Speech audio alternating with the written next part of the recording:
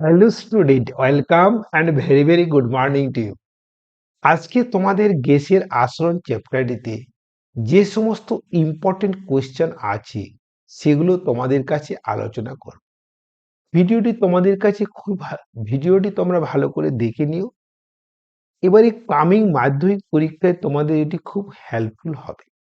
দেখো, এই চ্যাপ্টারে তোমাদের কি কি প্রশ্ন আসে। দেখো, একটি এমসিকিউ আসে, দুটি very short answer type question আসে যার উত্তর একটি শব্দে বা একটি বাক্যে দিতে হয়, তাই না? আর কি বলতো, শর্ট অ্যান্সার টাইপ কোয়েশ্চেন যেটা হয়তো সংজ্ঞা হতে পারে বা ব্যাখ্যা হতে পারে, সেটা দেখো 1 থেকে 3 লাইনের মধ্যেই তোমরা শেষ করে নিও, তাই না? আর একটা আছে লং অ্যান্সার টাইপ কোয়েশ্চেন, অর্থাৎ 3 নাম্বার। এই চ্যাপ্টার থেকে জেনারেলি এটা ওই পিভি ইকুয়ালস টু এনআরটি সমীকরণটা প্রুভ করতে বলে, অথবা আর এর মান বের করতে বলে, অথবা কি বলতো গ্যাসের গতিতত্ত্বের অঙ্গীকার সমূহ লিখতে বলে, তাই না? আর অঙ্ক এখান থেকে খুব আসে, তাই না? এই 3 নাম্বার থেকে। তাহলে দেখো, এই চ্যাপ্টারে যেগুলো ইম্পর্টেন্ট জিনিস সেগুলো একবার তোমাদেরকে বলি। দেখো, প্রাথমিক ধারণা, তারপর কি বলতো, প্রাথমিক ধারণা, তারপর কি বলতো না, বয়েলের সূত্র, তারপর কি বলতো, চার্লসের সূত্র, তাই না?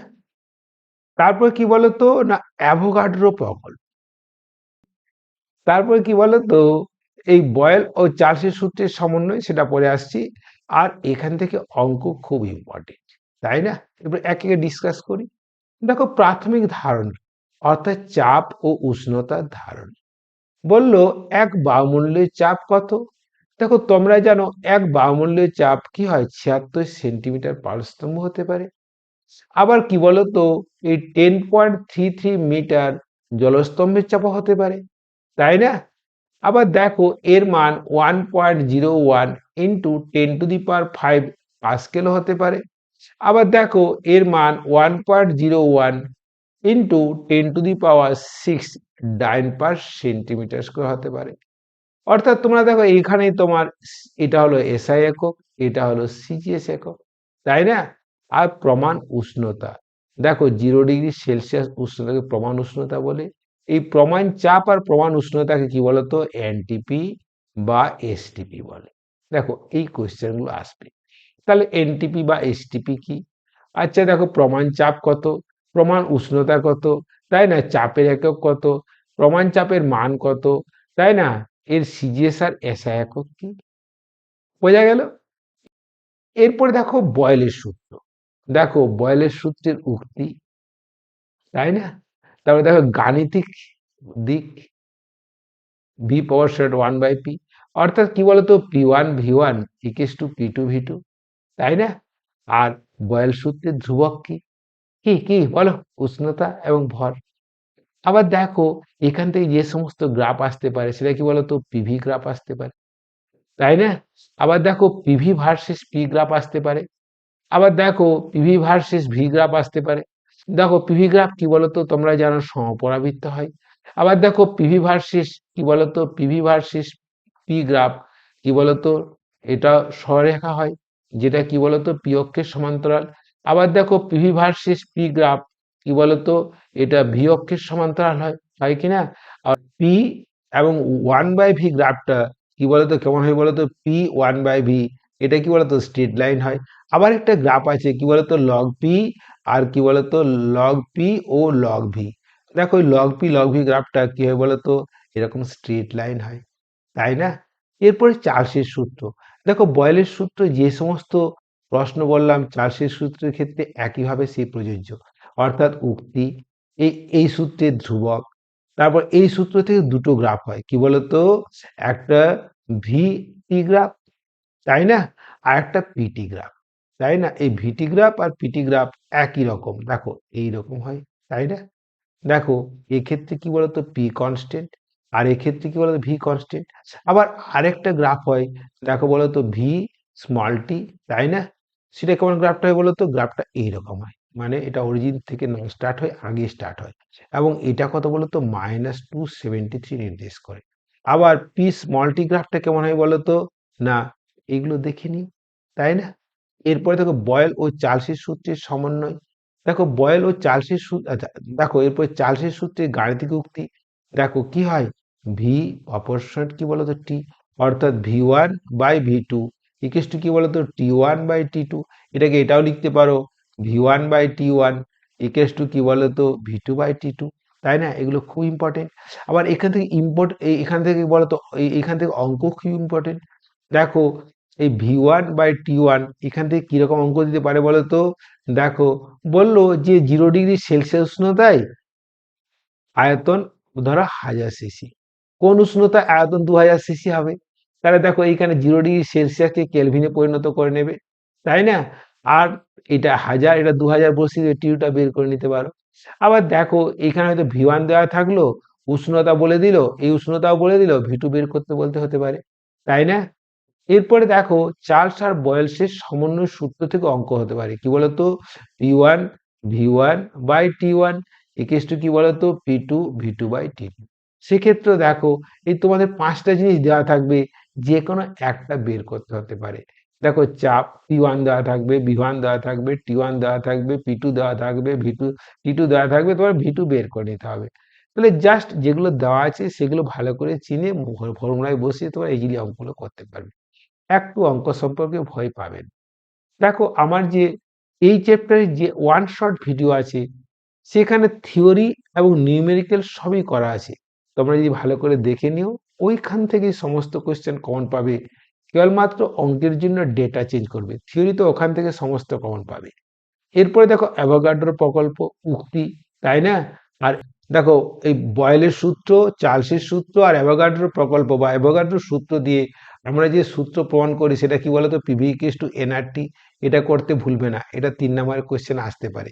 আবার দেখো এইখান থেকে একটা সমীকরণ আসতে পারে, দেখো পিভি ইকুয়ালস টু ডাব্লিউ/এম আর টি। দেখো বলে ডাব্লিউ কি নির্দেশ করে? না ডাব্লিউ নির্দেশ করে না উপস্থিত গ্যাসের ভর, আর এমটা আণবিক গুরুত্ব, তাই না? এইরকম টুকিটাকি কোয়েশ্চেন এখান থেকে সব পাবে, যেটা আমার ওয়ান শট ভিডিওতে আছে। তোমরা যদি ভালো করে দেখে নিও এবং একবার লিখে নিও, কোনো কোয়েশ্চেনেই আটকাবে না, তাই না? দেখো এখান থেকে তোমাদের নমুনা প্রশ্ন দেখাচ্ছি। দেখো বয়েল সূত্রের ধ্রুবক রাশিগুলো কি বলো? কি বলো? এটা ভর, উষ্ণতা। আবার দেখো যে উষ্ণতায় গ্যাসের আয়তন শূন্য হয় তা হলো কি বলতো পরম শূন্য উষ্ণতা।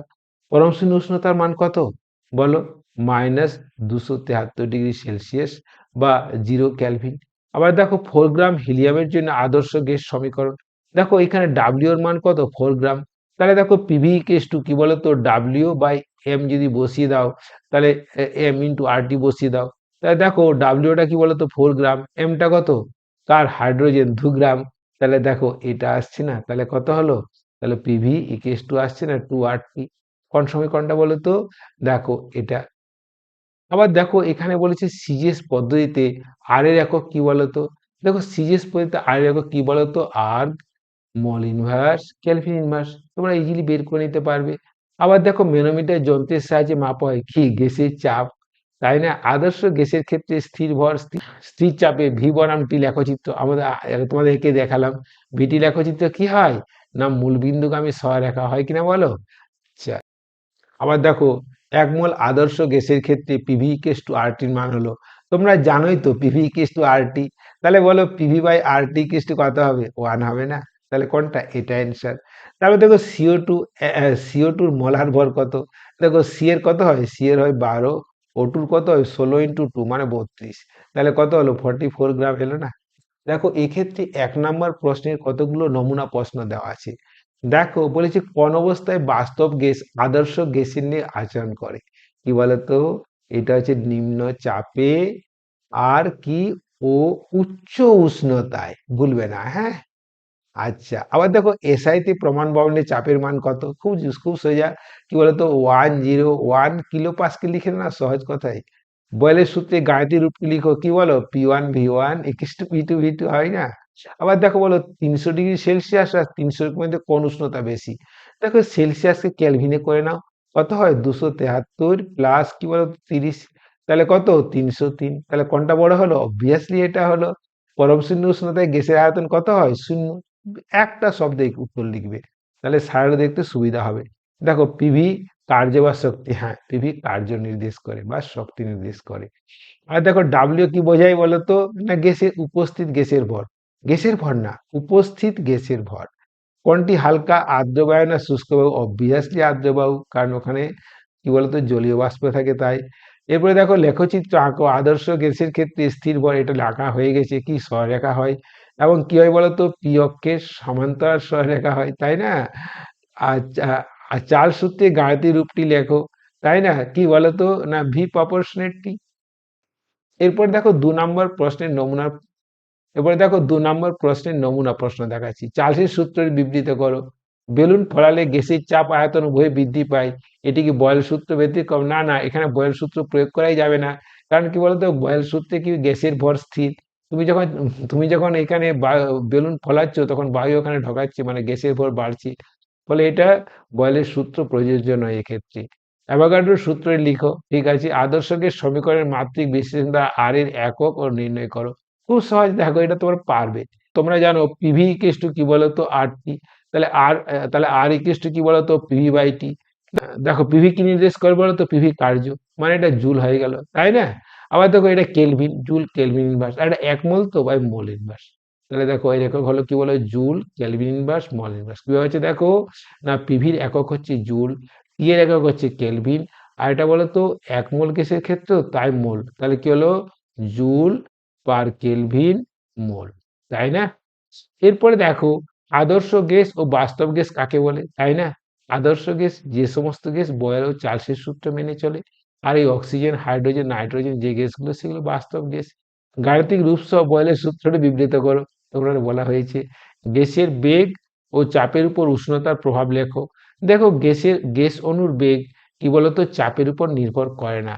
কি বলতো চাপ বাড়ালে ঘনত্ব বাড়ে, আবার চাপ কমালে ঘনত্ব কমে, তাহলে বেগ চাপের উপর নির্ভরশীল নয়। গ্যাসীয় ব্যাপন বলতে কি বোঝো? ব্যাপন গ্যাসের অণুর বিষয়ে কি ধারণা দেয়? যে গ্যাস অণুগুলি সর্বদাই গতিশীল সেই ধারণা দেয়, তাই না? আবার